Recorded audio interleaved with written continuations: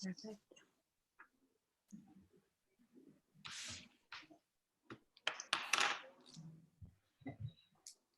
So that's just loading.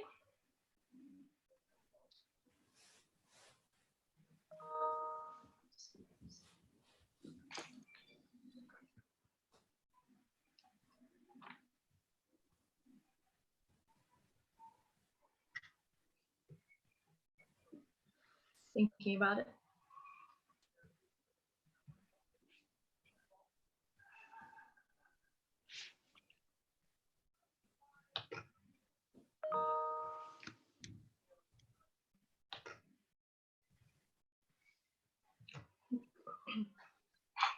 Okay, I'll mute myself on YouTube Live.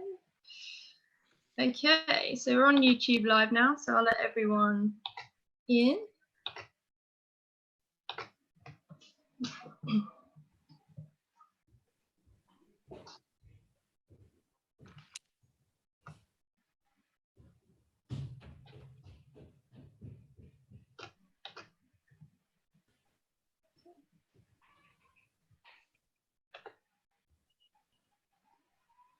Good morning. Morning. Good morning. Or afternoon. It is just Good afternoon. Yeah. Okay, I'm just waiting for everyone to join. Hello. Oh, I can't see anyone anymore suddenly. Let's have a look. Escape. Okay, welcome everyone. Just make sure everyone's in okay to Zoom. Okay, brilliant. Welcome everyone to session 7 of our Psychology, Diabetes and COVID-19 webinar series. Today's topic is fear of hypos, and we're going to have a live cognitive behavioural therapy activity a bit later on, which we look forward to. We are on Zoom and YouTube Live today, so welcome if you're joining us from either. Happy to take questions on Zoom and YouTube. If you would like to ask, if you're joining us via Zoom and you'd like to ask us a question later on with your video on unmuted, let us know on the chat function and we can prompt you at the right time a bit later on. But please be aware that we are recording this, so only do so if you're happy for this to be shared publicly. Otherwise, as I say, I'm happy to take the questions via the chat function. If we don't get through all your questions, we will certainly look at them all and try and answer them a bit later on our social media if we don't get around to answering all of them. Okay, so my name's Rebecca Upsher. I work in the Diabetes Psychiatry and Psychology Research Group at King's College London. I'm joined today by Professor Khalida Ismail and Emma Konstantara, also from King's. Would you both like to say hello?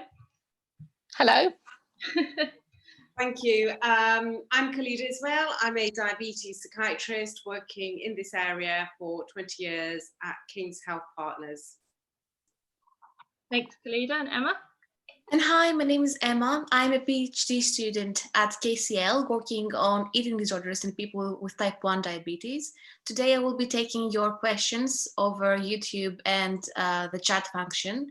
On Zoom, if you double click on my name, you can send me a message privately if you want that option.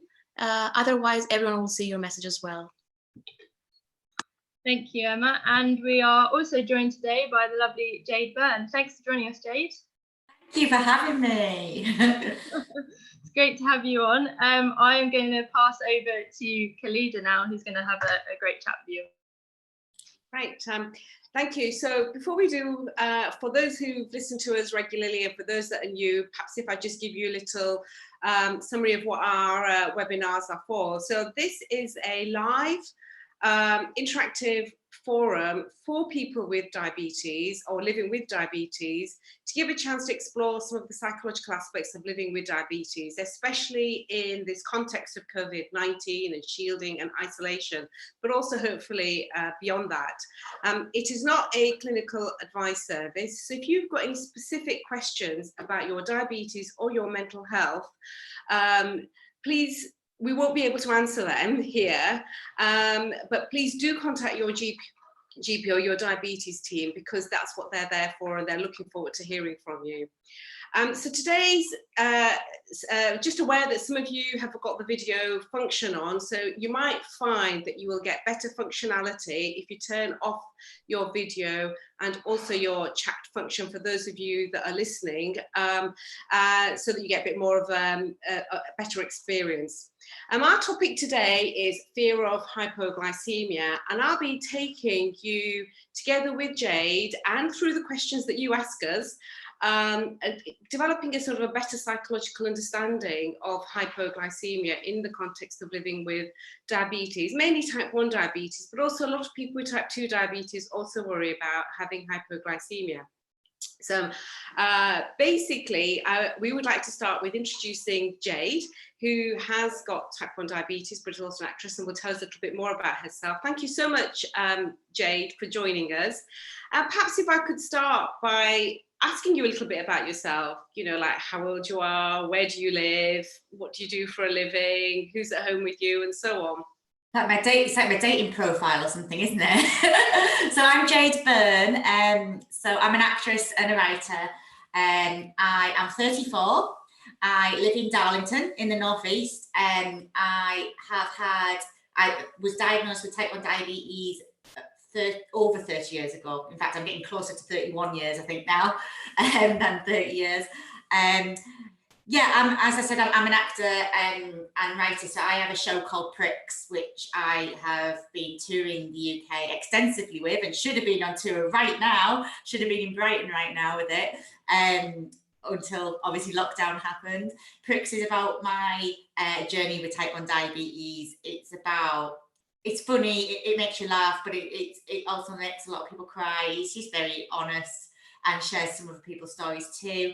And I'm also a children's book author as well, and I wrote a book called Daisy Donald, which is for children, and Daisy is, obviously it's for children. I said I'm a children's book author, didn't I? Daisy has type 1 diabetes, and the story is about how her type 1 diabetes, because she has type 1 diabetes, it means that she's a superhero in her own right.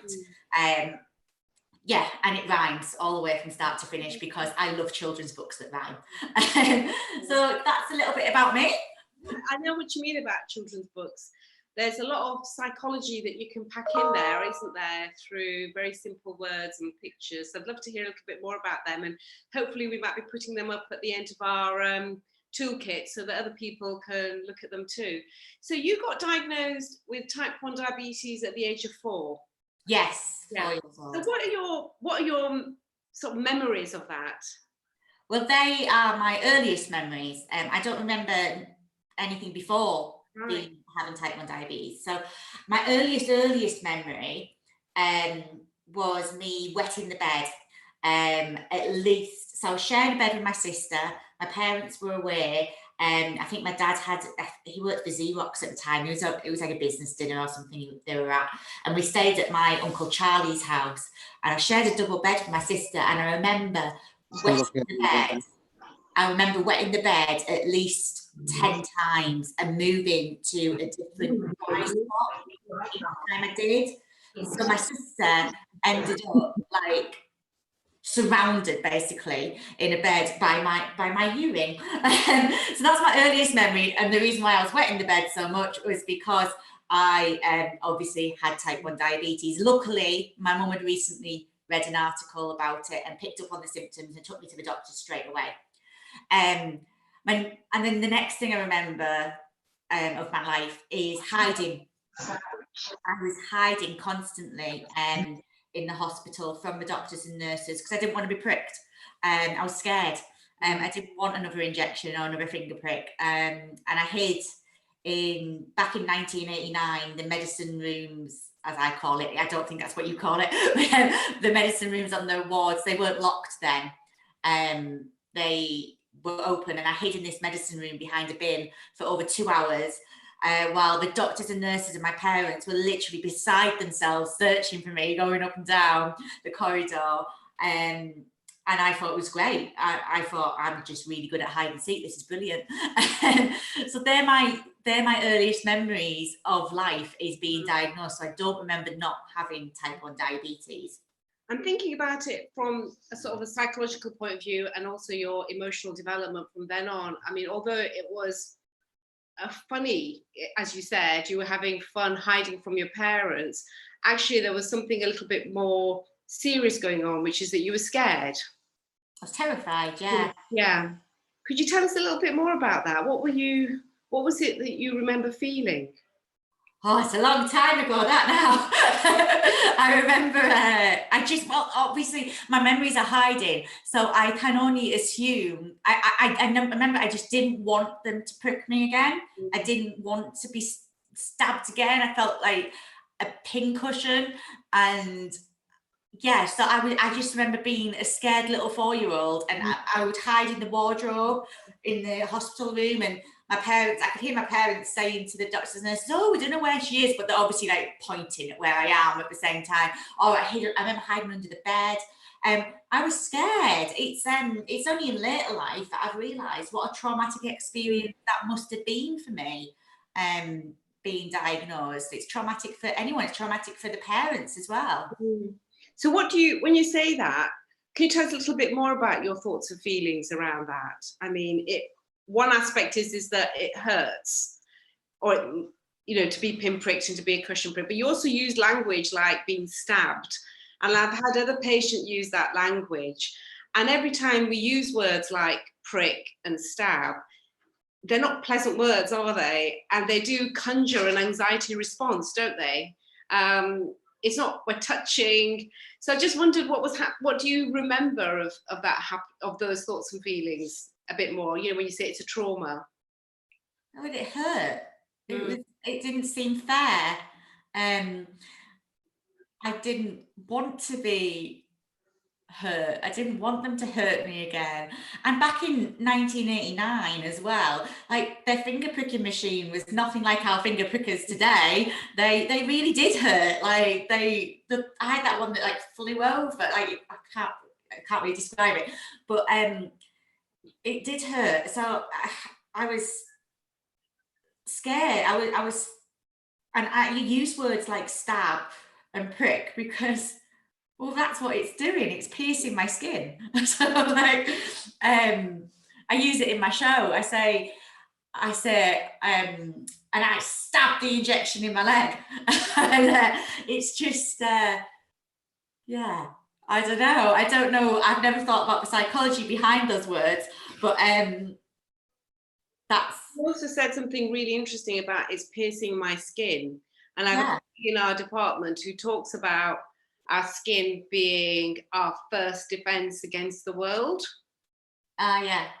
And therefore, if you know, and although we don't think about it that way on a conscious level, we do have some inner sense of that, don't we? That our skin is our primary first defense against all germs, all toxins, all invasions. I mean, we only have to look at COVID-19 to think about what is a human being and the boundaries of our bodies. So I wondered, you know, thinking about when you're saying pierce the skin, there must have been an element of all concept of me being able to be in control of my body.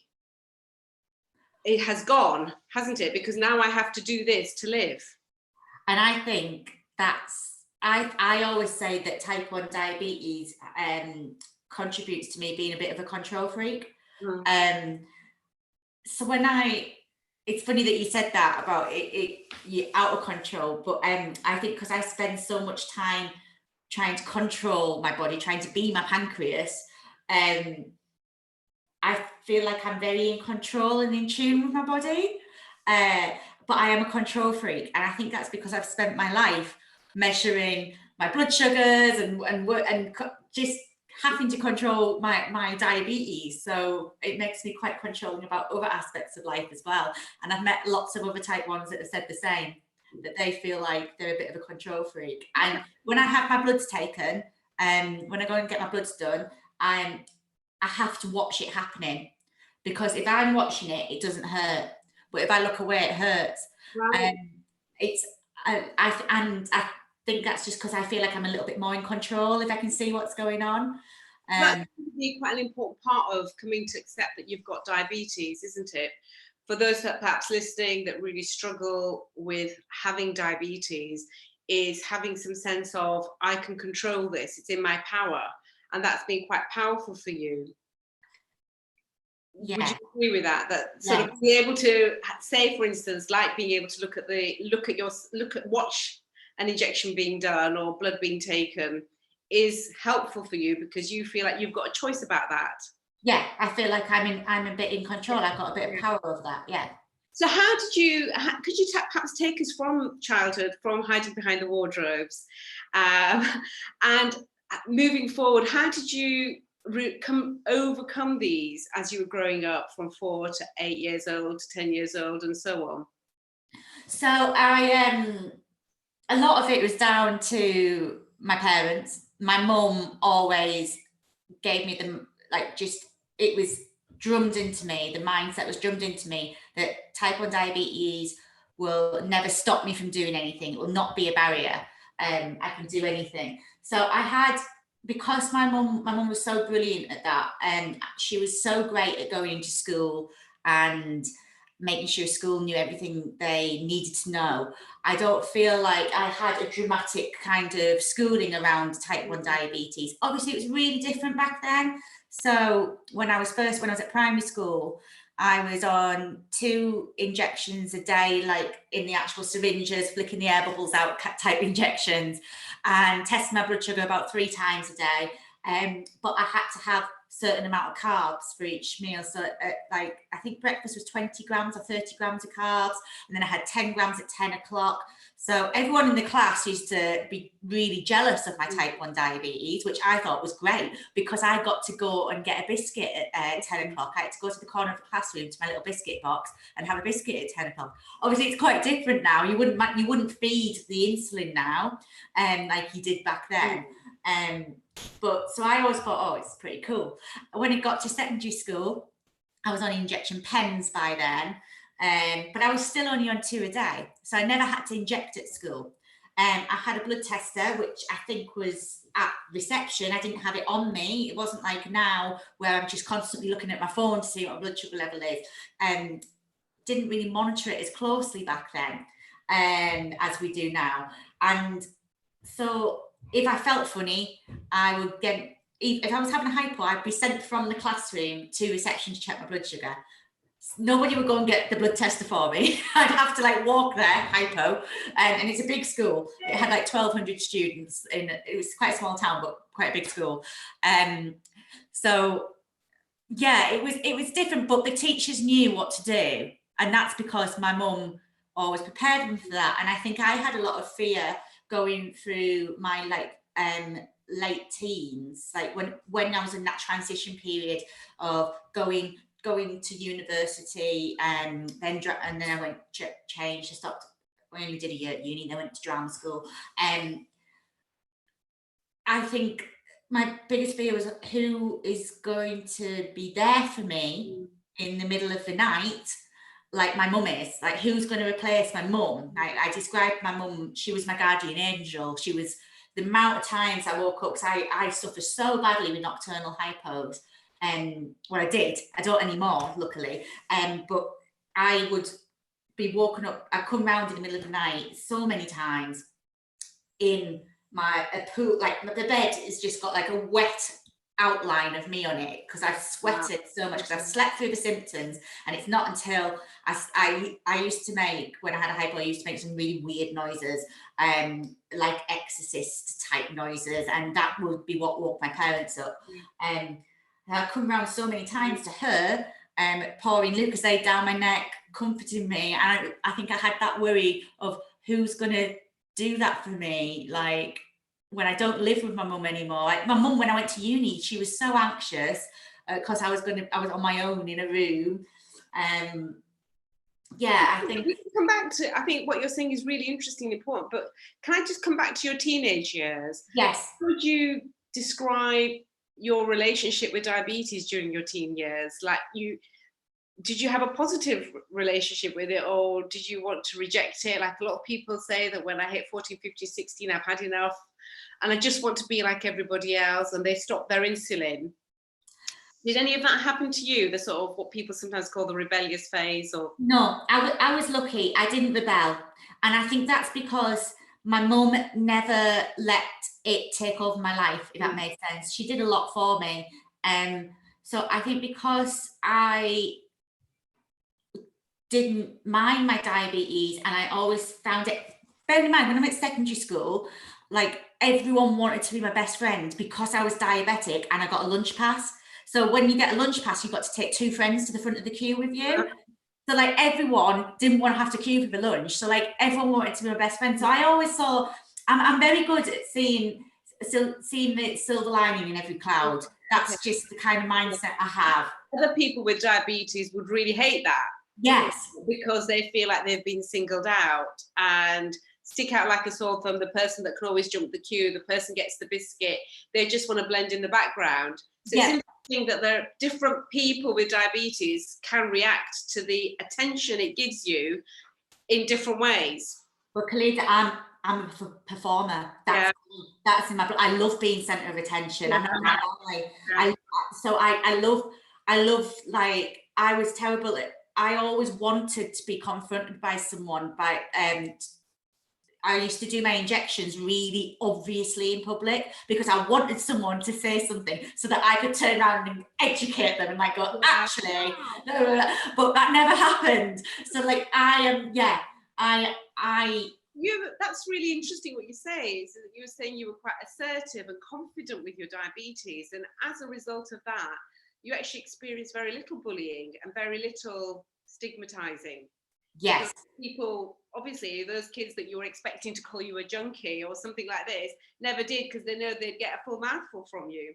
Exactly. That's why I all my friends were great. I never ever was bullied for having, I was bullied, but not for having diabetes. That was never picked on, and I think that's just because of, you're right, it's my personality. I always say, like, I've had all the ignorant comments. We all have, all type 1s here, all the really ignorant comments all the time. Things like, should you be eating that? Or is it because you had too many sweets when you were younger? Or did you used to be fat? Things like that. I've heard them all. I mean, I've been diabetic obviously for over 30 years. So I've heard them all. But I've never, ever had anyone pick on me. Now, I'm really sad to hear, I hear from teenagers quite a lot, and I'm sad to hear from parents of teenagers as well about their kids being picked on. And I think that's a really, it's a really prominent thing that's happening at the moment. But I've always said, these ignorant comments and these bullies, it's not their fault that they're ignorant. And we have this knowledge, we know what it is, we need to educate them. So we need to take it upon ourselves to go, actually, no, that's not right. This is the case, kind of thing. And if we don't do that, we can't sit, I don't think we can sit here and complain about ignorant comments, which are, I mean, they're annoying, yes, but it's like that thing that happened with Paul Hollywood on Great British Bake Off. Everyone in the type 1 world went a little bit, not everyone, but most people were really angry with him for making an ignorant comment. But I was like, yeah, but the thing is, he didn't realise that. And it's our job, if instead of getting angry at these people, we need to tell them about it, we need to educate them, and then they'll learn, because if we don't do it, who's going to do it? But it's good what you say, and I do agree with you. But at the same time, we need to make sure that and maybe that's the job of parents and of diabetes teams, is to support people with diabetes from a psychological point of view, so that they don't. I mean, you've been blessed by a very supportive family, and especially a mother, and also blessed by a school environment that sort of got it. But this isn't consensus. This isn't standard procedure. This is potluck. And there are lots of people with diabetes that aren't often blessed by parents who always get it, and also schools that don't get it. So I think it's part of our role as society, but also health professionals, to help build confidence in people to learn to stand up for themselves. And I think the work that you're doing as an actor Anxious with the Pricks program, and especially reaching out to young people, is really powerful affirmation to young people with diabetes. So can I go on to, so you weren't too screwed up in childhood, is by the sounds of what you're saying. That is, but what I would say actually is, if I managed my diabetes like I do now, back then, it would have been a totally different experience. School didn't have to do much. They never had to, they didn't have to understand much. Whereas now they have to understand so much more, because they have to work out the carbs and things. They have to take the right numbers into the pump or whatever. It is so different. It was so relaxed back then, and it's not now. Yeah, it is a different. And I was at school I left school 18 years ago, so it was very different back then. A bit worse. What about your 20s and 30s? Tell us about your journey of diabetes management there, because you mentioned that you did start having hypos quite a lot, and so I always, all my life, suffered with nocturnal hypos, but I used to, so I studied musical theatre at drama school, so I was dancing all the time. So I had so many hypos, and back then I was still on it was 4 injections a day. I think I was on the 4 mixed injections a day, and finger pricking. So again, it was still much more relaxed than it is now. And I don't think that's good that it was relaxed back then. I think it should have been like it is now, and we should have been injecting for everything we ate. And I just think that would be better for my internal organs. But anyway, so I always suffered with hypos, but the problem with me is I don't ever have a day that's the same. So through my 20s, I was still with the paediatric clinic until I finished drama school. I was 22. I think I might even be 23 when I moved to adult clinic. And I think that's really super important. And I think that's something that all people with type 1 should not transition when they're 18. I think it's too young. I think you're going to university, you might not be going to university, but you've got lots of big changes in your life. There's so much happening in that transition period in a normal person's life anyway, non-person without type 1. To then transition from paediatric clinic to adult clinic at 18, I think it's too young. 22, 23, I could deal with that better, but it was a lot different. It's so different. And I think I had 3 or 4 different consultants that I went through until I got my consultant I have now. And I think I've been with Shafi now about 5 years. Right. Shafi Kamarudin's my consultant, and he honestly is the best consultant in the world. I say that hand on heart. Like, I love him to pieces. I will follow Shafi wherever he goes. And I think I went through a period in my early 20s where I didn't really know what I was doing with my diabetes. I wasn't living with my mum anymore. I'd found my replacement guardian angel, thankfully. I found my husband. But I didn't really know what I was doing. And then I was really interested to learn about other things. But I had barriers in the way to getting the diabetes education I wanted. I wanted to do the Daphne course. I was desperate to do the Daphne course. I did it eventually when I was 28, I think I was. But it took me about 3 years to get on it. So my barriers and the things that caused my diabetes to not be as well controlled as it could have been were the getting to see the consultant and not really feeling that the consultant really got it.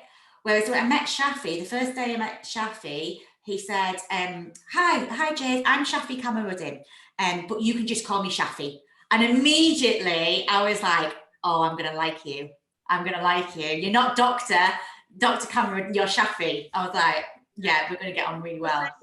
What you're saying is that one of the key factors that's helped you throughout your life of diabetes is having a strong practical and emotional support both in your personal life, first your mom and then your husband, but also in the diabetes clinic, having a doctor or a nurse that really gets you and is willing to work with you has been quite a powerful therapeutic force. And I think that is what I've heard as well from a lot of people with diabetes, is that once their health professional clicks with them, that is enough for you to bring about change. Because up to that point, I think a lot of people with diabetes perhaps experience that they're being told off, that they're the child in the school, they're the school child that's being told off by the head teacher or the teacher. Yeah. As soon as it starts feeling like an equal relationship, call me Shafi, then you start feeling confident about addressing what difficulties you might be having. And that really comes back to your hypos, that it sounded like pretty horrendous experiences. I remember you saying just earlier on, that you could actually map the shape of your body on your bed, on your bed sheet. I call it sweat the bed. I would sweat the bed with the hypo. What happened with your hypos? Did you develop a bit of a fear of them then? Because also with your acting, what actually happened? And maybe that's where we can move on to perhaps looking at this from a cognitive behavioural point of view. So they were very, Shafi would say, I think, put words in his mouth, obviously, he was like that they were unexplained nocturnal hypos. Because I would go to bed with my blood sugar at what is classed as what I would go to my blood sugar level, what I go to bed with my blood sugar level at now. I go to bed with my blood sugar level, if I went at anything below 7, so between 5 and 7, I would have a hypo, definitely. Shall we at this point go to the CBT cycle? Because if people are listening, one of the themes is to talk about fear of hypoglycemia, but also to show you how one could possibly address a fear of hypoglycemia from a psychological point of view. So I'm going to introduce you to some very, very basic technique in cognitive behavioral therapy. So CBT, or cognitive behavioral therapy, is what we call a brief, focused talking therapy that takes a particular problem area that you're having with. It might be drinking, it might be exercise, it might be depression. And in our context, it might be some aspect of getting on top of your diabetes. You've got some psychological barrier that's stopping you from looking after yourself as well as you would like. The way it thinks about it is that you've got at least three psychological processes that are all working at the same time. So what I'm going to do is show you these through the shared screen. So just bear with me whilst I switch to that. So hopefully you can see a screen that's showing a number of boxes that represent what we call the cognitive behavioral cycle. Some people call it the hot cross bun. And what we've got in one corner is the situation. And we're going to use Jade's example of her experience of hypoglycemias and the fear that she developed from them to understand what was going on in her head. Is that okay, Jade? Yes, of course, yeah. If I write here the situation, could you give an example of where you became really fearful of hypo? You said bedtime, that when it came to bedtime, that you didn't want to go to bed with a blood glucose level of less than 7. So what, on average, what blood glucose level would you be going to bed with? Probably around 10. Like 10 would be, I'd feel safe at 10. Right. Let me just do that. Okay, bedtime. Okay, and what is it that so in cognitive behavioral therapy, you have thoughts or cognitions that's sort of quite pervasive and strong. So what was your thought at bedtime around your diabetes and around having hypos? My thoughts were, I'm scared to have a hypo. I'm scared I'm going to have a hypo. So I will, if my blood sugar was, my blood sugar was like 6.8, 9, which is ideal, really. I'd be like, oh no, I need to have something to eat because I don't want to have a hypo. Okay, that's great. So I'm going to have a hypo during the night. What else? What other thoughts and images would come into your mind when you think about the fact that you might have a hypo? And distinguishing your thoughts from your feelings. So you use the word scared, and I'll come back to scared as a feeling. Okay, so Are we talking as I'm going to sleep? What am I thinking? Yeah. So you're getting ready for bed.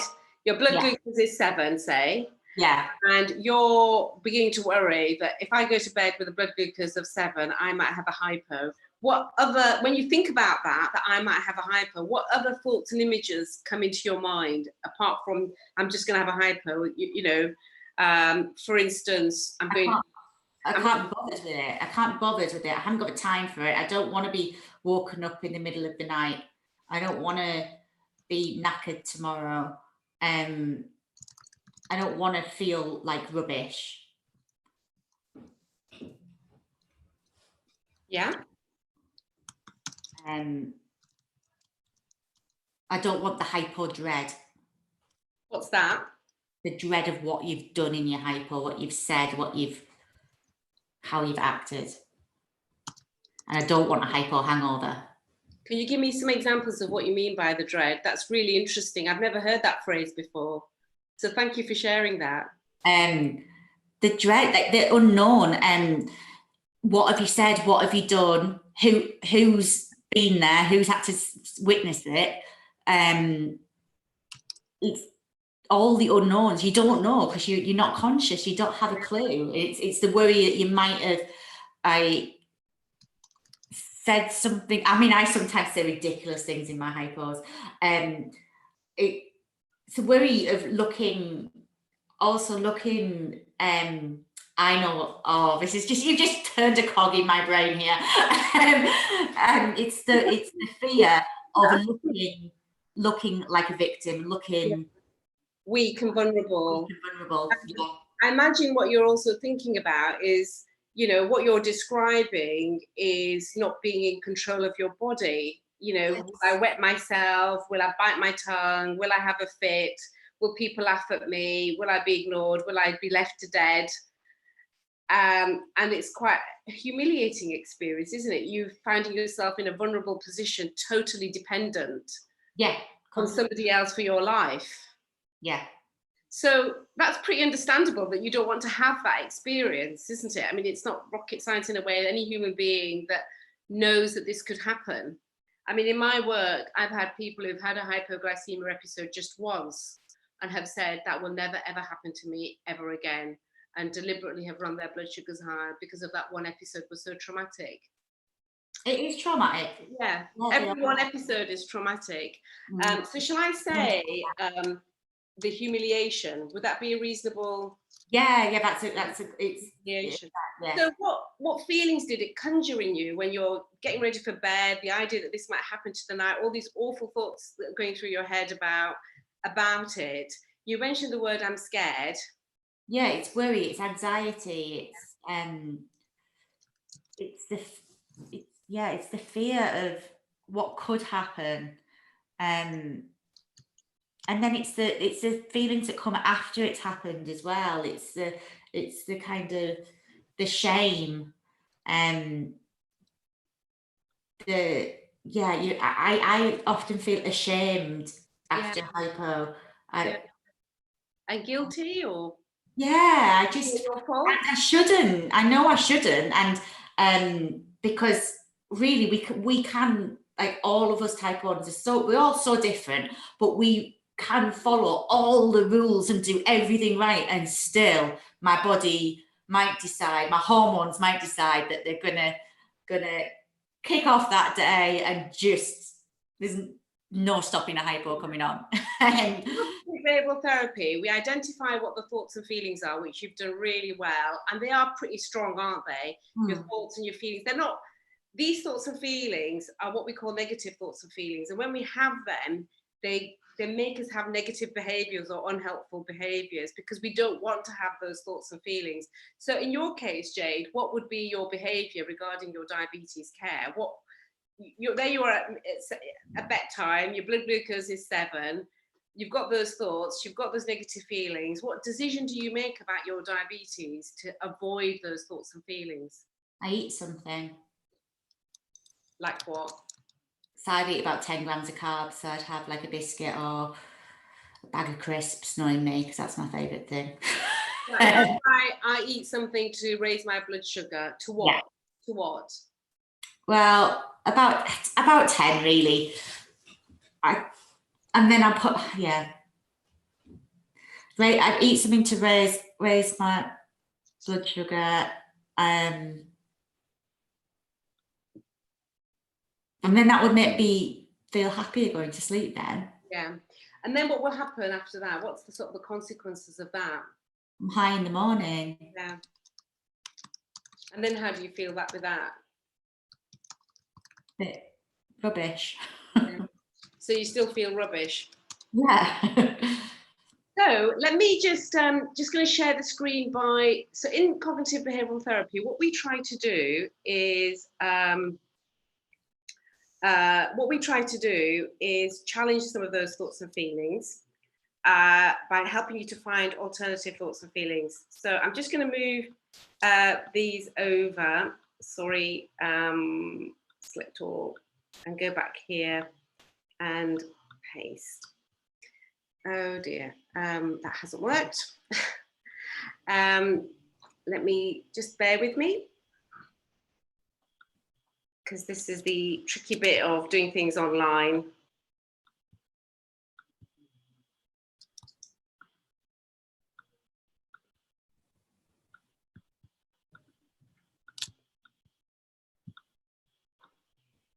Okay, so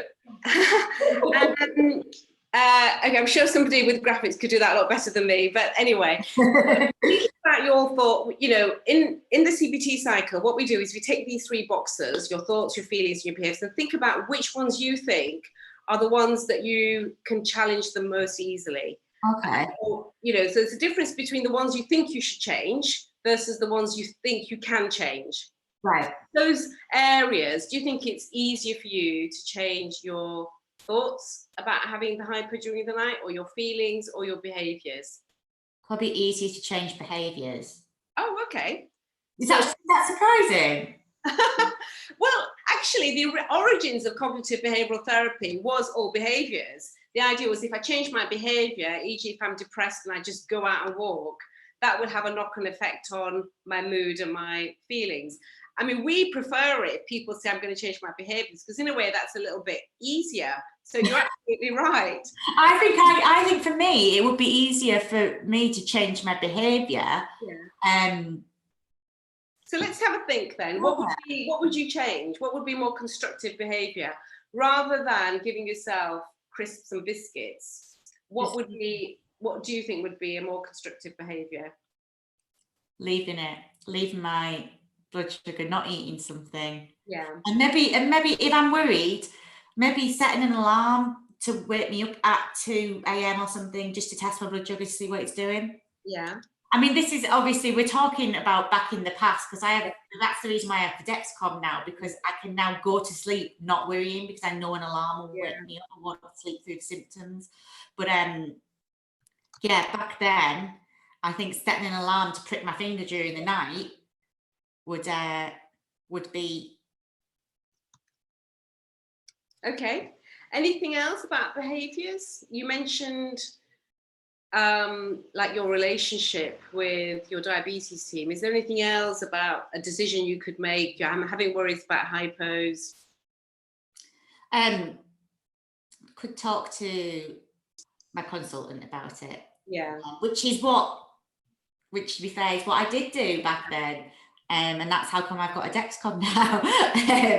But I would feel really comfortable talking to my consultant about it, because he's brilliant. I'm not sure that I would have felt comfortable talking to previous consultants, but definitely to Shafi. I would. So I think this is really important, you know, type of alternative behaviour, isn't it? Is if you've got diabetes and you're really struggling with you caring for it, is can you build, you know, one of the things that you might be able to do is, if you have not got a good relationship with your diabetes health professional, how can you go about getting a good relationship with somebody? Because what you're showing is that there are really great diabetes professionals out there who are willing to take time to get to know you and to understand you. And so I think that's an important point, isn't it? Because some people who are listening might say, well, my diabetes doctor or nurse doesn't care. So what would you suggest in that situation? I'd be asking if I could try out a different consultant on us. That's what I would do. That's really helpful. So what about, let's put you in the box of alternative thoughts and images. Say you've tried that and that didn't quite work. Yeah. What about changing your way of thinking? What would be more constructive thoughts? More helpful thoughts? I'm okay. I've got this. I can, it's not the end of the world if I have a hypo. Worse things could happen. That would be a more constructive thought, although I might not completely believe it. No, it's easier said than done, that one, isn't it? Yeah, because it is just the horrible hypos. They really are. And each one must feel like a near-death experience, especially a severe one, mustn't it? Do you know what it is for me? It's when it's coming around and just not having a clue what's going on. That's the scariest bit. Just what would be other sort of alternative thoughts and images that you could conjure up? Alternative thoughts, images.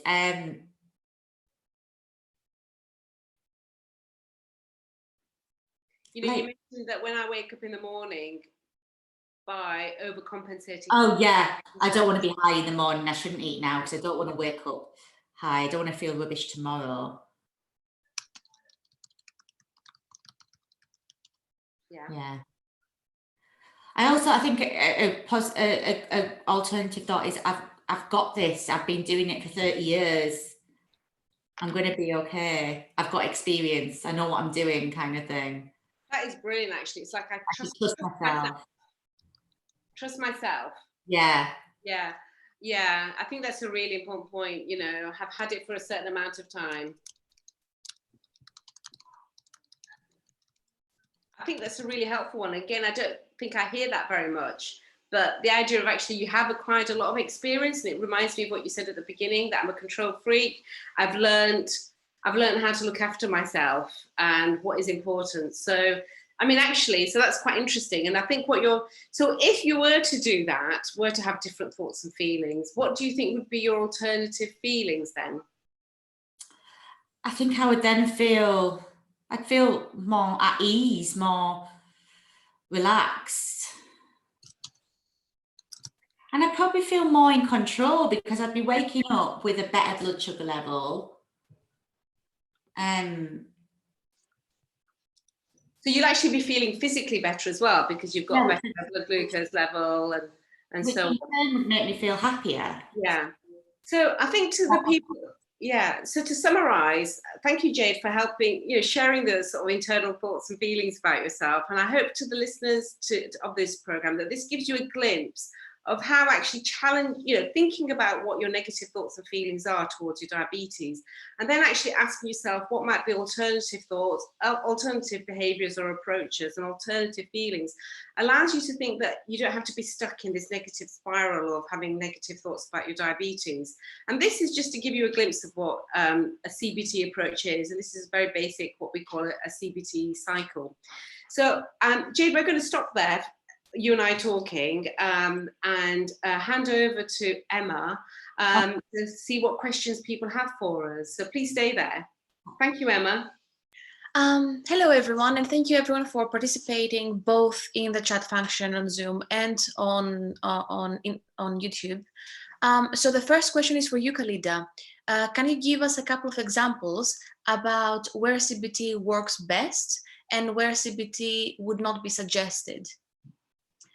Okay, that's thank you. That is a really interesting question. And so my experience of using CBT at a clinical level, I should just start back a bit. Is some of the research shows that CBT isn't always very effective. And I think the reason why that is that we haven't quite developed the techniques within CBT to support people with diabetes. We still don't know fully, and I think Jade really highlighted that, and I wonder if many of the other people in the chat function highlight that there are very specific diabetes cognitions that if you don't really understand them when you're doing CBT, that this is what the person is suffering from, you might miss them. So, so where I have found CBT really works is actually in young people with diabetes. And I think the reason why that is because their personality is still developing. They're sort of entering adulthood. They're usually very keen to develop new ways of thinking about their diabetes because they want to have a future. And their brains are actually biologically quite plastic. So there's a lot of brain changes going on. So they're very receptive to new ideas. I think in the areas where CBT probably isn't so effective on its own is where there's been quite a lot of childhood adversity and negative experiences. So people who've had diabetes, but who've also had very unhappy lives growing up, often that is overbearing on their experience of diabetes, and it gets superimposed on their living with diabetes. So unless you've given that person a chance to separate their childhood experiences from their relationship with their diabetes, or at least to see the connections and then separate, we find a much more longer term psychotherapeutic approach might be more effective.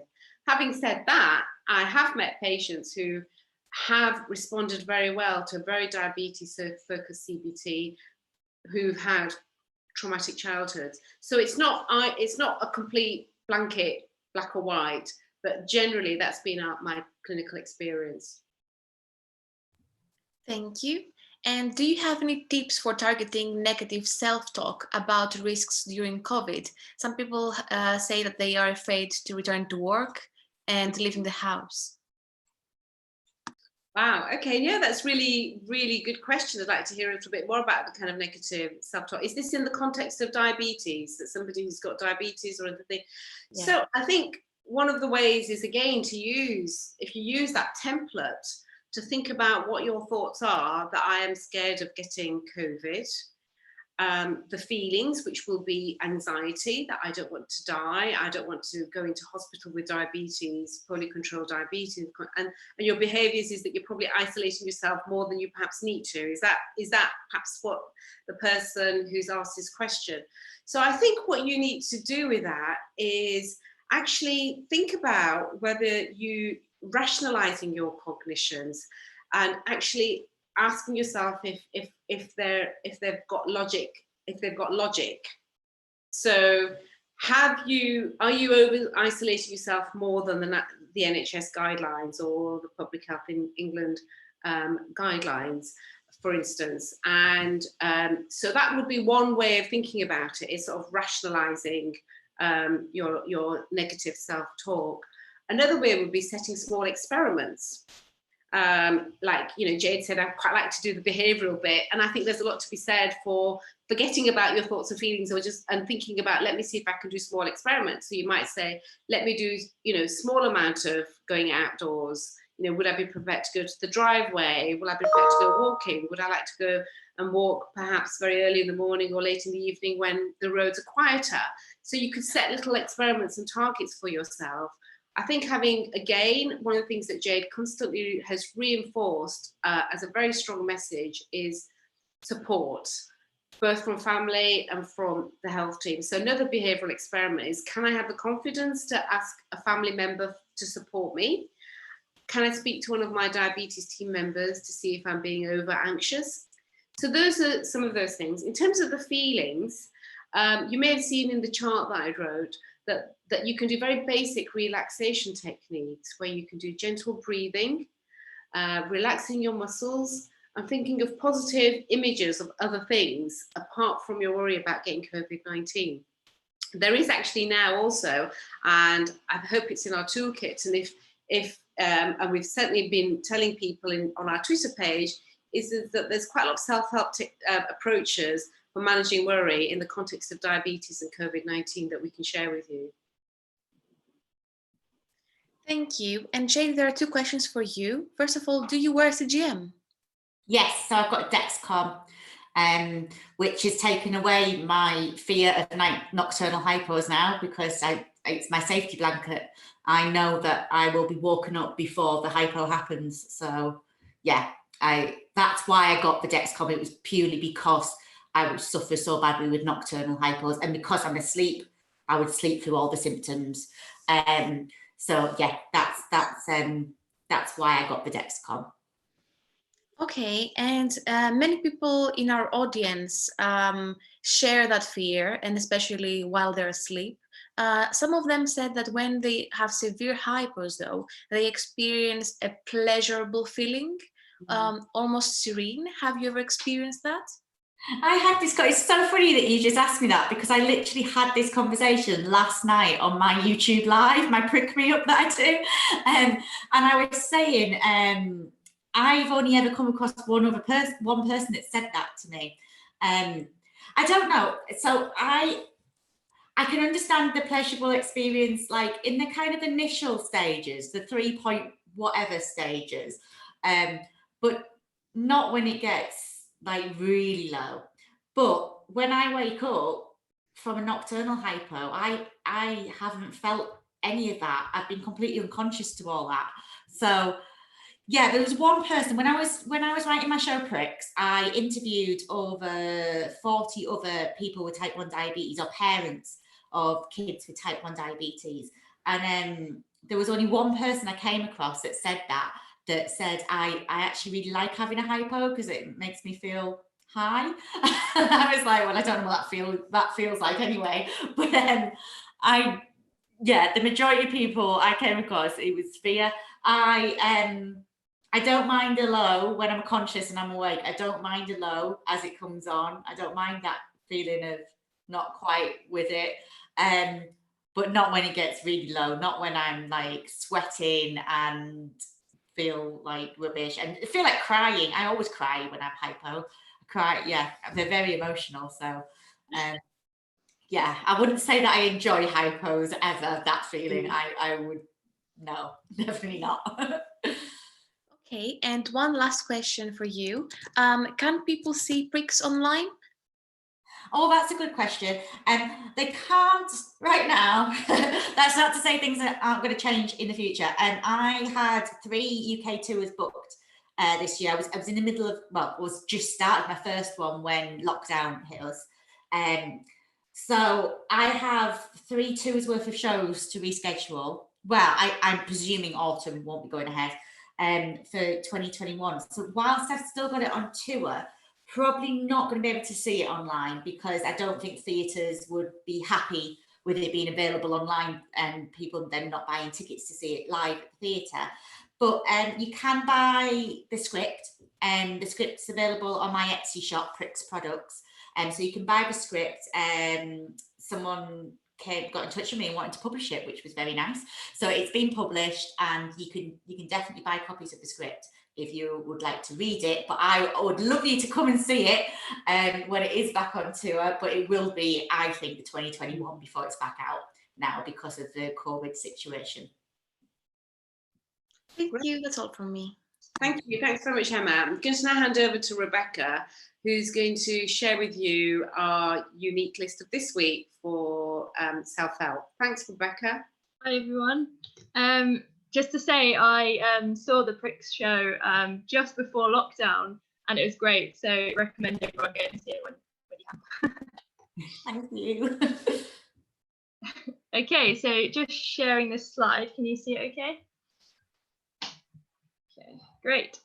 So a few self-help resources this week. The first one is from Diabetes 101, and they have shared a frequently asked questions about diabetes following latest data and COVID-19. So this is referring to media reports this week, some research that may be a bit confusing. So they've taken it and broken it down a bit, and it's really helpful. If you can't access it on Twitter, let us know and we can share it another way. And of course, we're sharing some Pricks official links here. I'll put it on our social media and in the bit. So Jade's YouTube channel and her website as well. And we have a YouTube channel now. So if you've missed previous webinars and want to catch up on them, or if you know someone who wanted to watch today's and couldn't make it, then here's our YouTube link. So, thank you. Great. So want to thank very much Jade for joining us. I hope you also found it helpful and interactive, and helping us to learn. Thank you, Rebecca and Emma, and to all of you who are listening. We'll be continuing to chat about this on Twitter and Instagram, so please stay in touch, and we look forward to meeting you next week at the same time. Bye. Thank you so much for having me. Welcome, Jade. Thank you so much. Bye. Thank you. Bye-bye.